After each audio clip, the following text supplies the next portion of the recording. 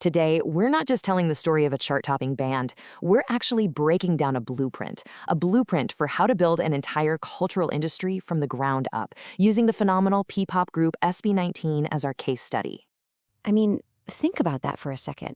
How do you build a whole music industry from scratch?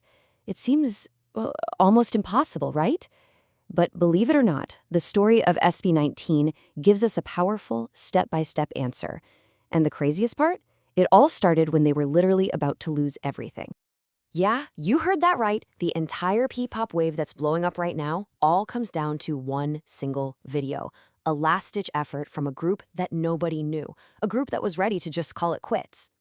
Okay, let's really dive into this part because their origin story is so critical to understanding the whole blueprint. It all came down to one song and one video. So just imagine this. You pour years of your life into training, you finally release your debut song, a ballad called Talaluha, and nothing. Crickets. That's exactly where SB19 was. They were so close to disbanding for good. But then, they posted a dance practice video for their song Go Up, and that video just exploded online. That single viral moment didn't just save the group, it ignited a whole movement. So what was it about them that was so different? Well, that viral spark really showed everyone their powerful new formula. And it's the first pillar of the P-pop blueprint, a unique cultural fusion. Okay, so what you're looking at here is the core of their identity. On one hand, you have the super rigorous, world-class Korean training system. And get this, SB19 was the very first Filipino group to ever go through that kind of intense development. But, and this is so important, they weren't trying to be a K-pop clone. They intentionally blended that discipline with puso, the heart and soul of original Filipino music, or OPM. It was all about telling authentic Filipino stories, but with a global standard performance.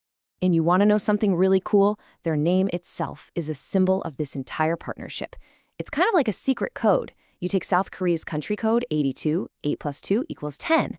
Then you take the Philippines code, 63, 6 plus 3 equals 9. You add them together, 10 plus 9, you get 19. The collaboration is literally baked right into their identity. But here's the thing. World-class talent wasn't enough. The next part of the blueprint was a truly revolutionary business move that basically changed the power dynamics for the whole industry. And this timeline, wow, it really shows you just how high the stakes were. So they debut in 2018, right? But then in 2023, they make this incredibly brave leap. They launch their own company, 1Z Entertainment, with their leader, Pablo, stepping up as CEO. They even had to fight just to secure the rights to their own name, finally reaching a settlement later that year. This was a massive, high-stakes bet on themselves. And this is the crucial part. This move was about so much more than just SB19. By taking control, they were sending a powerful message to the entire Filipino music scene. Artists can, and should, have ownership over their own careers and their art. So they had the unique identity, and they had the ownership. But did the blueprint actually work on a global scale? Well, let's just say the numbers don't lie. Their big breakthrough came in 2021, and this was historic.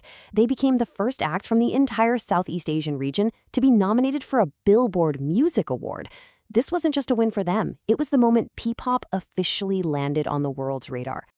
And they proved that first breakthrough was no fluke. Just a few years later, they weren't just nominated, they were topping the charts. Their single, Damn, shot to #1 on Billboard's World Digital Song Sales chart. I mean, that's just incredible proof that their model had sustained powerful international appeal. But it wasn't just about sales. They were invited to Japan's The First Take. And if you don't know, that's a platform where there's no auto-tune, no retakes, just pure, unedited vocal talent. As the first Southeast Asian group to ever get that honor, they proved to the world that their skills were absolutely undeniable. So all of this brings us to the final and maybe the most important part of the blueprint. Their success wasn't contained. It created this powerful ripple effect that lifted up an entire genre. Their global breakthroughs created a path for other people to follow. You hear it in interviews all the time, from both SB19 and other groups like the hugely popular BINI. They all talk about how SB19 paved the way. Their success created belief. It created opportunity. And now we see this thriving ecosystem of P-pop groups rising up with them.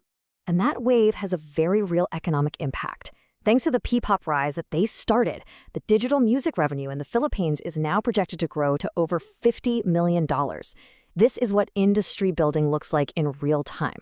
So when you look at the whole picture, from a single viral video to a global movement, the metaphor is really clear. They didn't just open a door for Filipino artists, they built the whole house.